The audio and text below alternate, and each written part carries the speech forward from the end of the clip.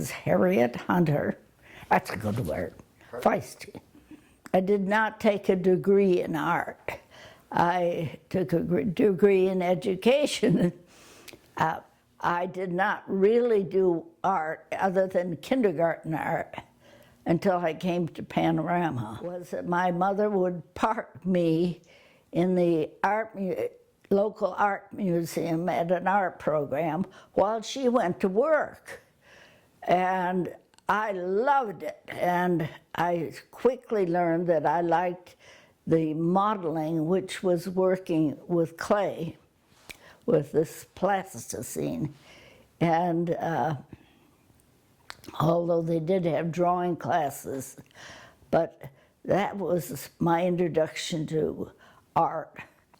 That I could make figures, and I could make them, and they looked like the real thing. I remember making a camel, and the teacher said, but the legs aren't like that.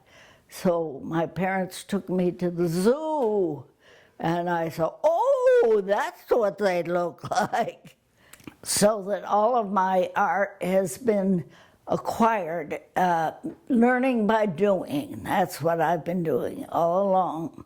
This means that I did a lot of sketching. I'd take a class, I'd go out in the woods and see if I could draw it, but I did very little art until I came to Panorama. And when I came to Panorama, I knew what I wanted, and that was a chance to do arts and modeling, what I called modeling.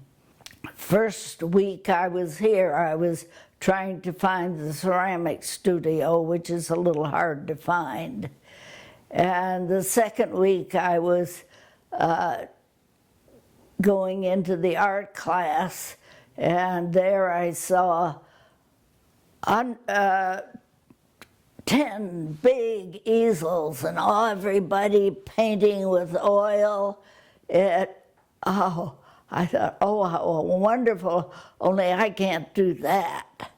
I worked very hard to revive the ceramic studio and eventually got a group going. We were pouring, but, and I trained people to fire when I'd never taken any training myself.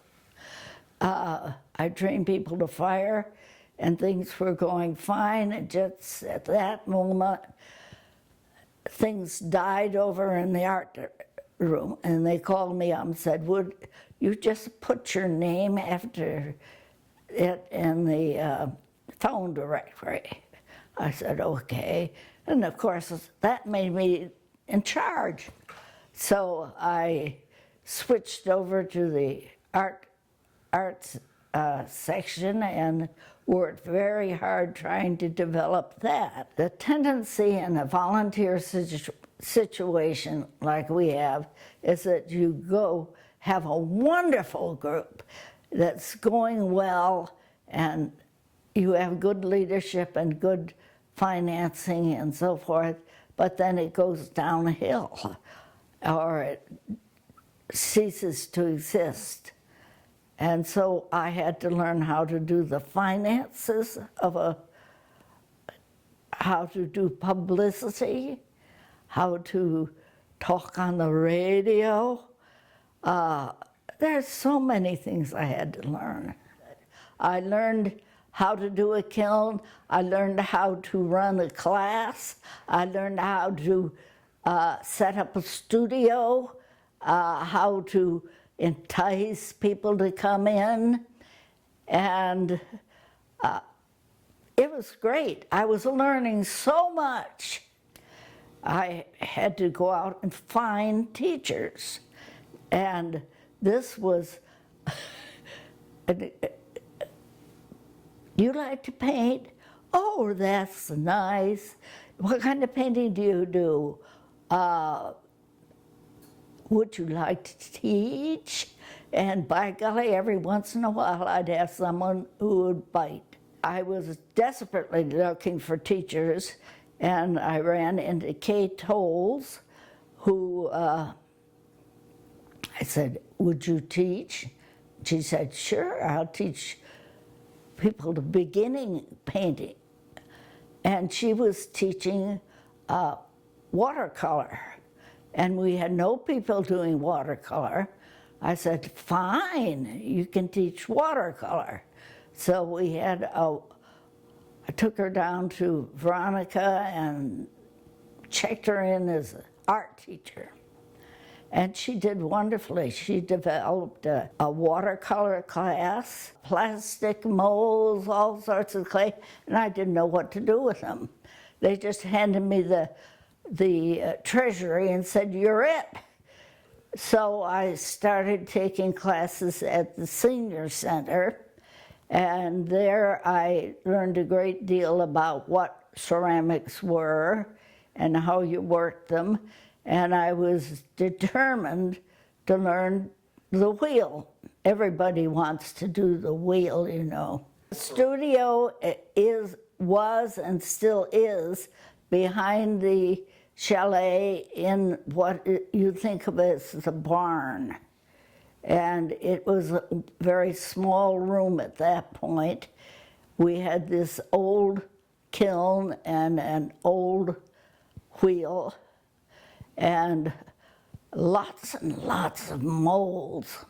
At the same time, I was trying to get other people to come and do it with me, which became the important part. It was drawing in new people. Worked on the newspaper, on the TV, and I gave demonstrations, and I didn't know anything about anything, but I did it.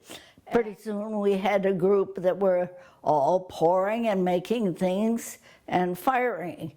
When it came to firing, it was a problem because we had a kiln and we had me who didn't know anything about it and nobody else did. So so one day I said, okay.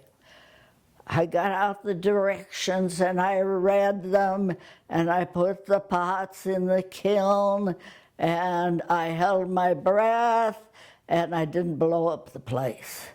I fired them. So all the rest of the time I did the firing and I never had a blow up at all. So you can learn by reading and trying. Oh, I liked the learning part. That was half of it. I learned how to do a kiln. Well, when you have something that comes out right, it's so exciting. You have this kiln and everything is fired and they never come out exactly the way you intended. So you open the kiln and we call it Christmas. We all look in there, what happened to mine? And it's exciting. And and they will come out different from what you intended, but much better sometimes, excitingly different. The glazes do all sorts of things that you don't expect. When I stopped doing molds, I began to say, now what am I going to do in ceramics, also in art? If I'm not going to copy in art, and I'm going to do ceramics and I'm not doing molds, how do you go at it? Well, the first thing I did was start pressing leaves into clay, and I've got some of those so that you can make all sorts of things by pressing little pieces of bushes. I'd go around, pick off of bushes, big rhubarb leaves, you know, would make trays. Weather conditions in clay or I struggled trying to make fog in a painted picture. I never really succeeded at that. But I did rain, and I did snow, and I did reflections in water. Then you begin to try all sorts of things. Did flames, I did waves. The problem is that you challenge yourself. Can I make that look like a wave? So I go down and look at waves. And can I make it look like it's moving?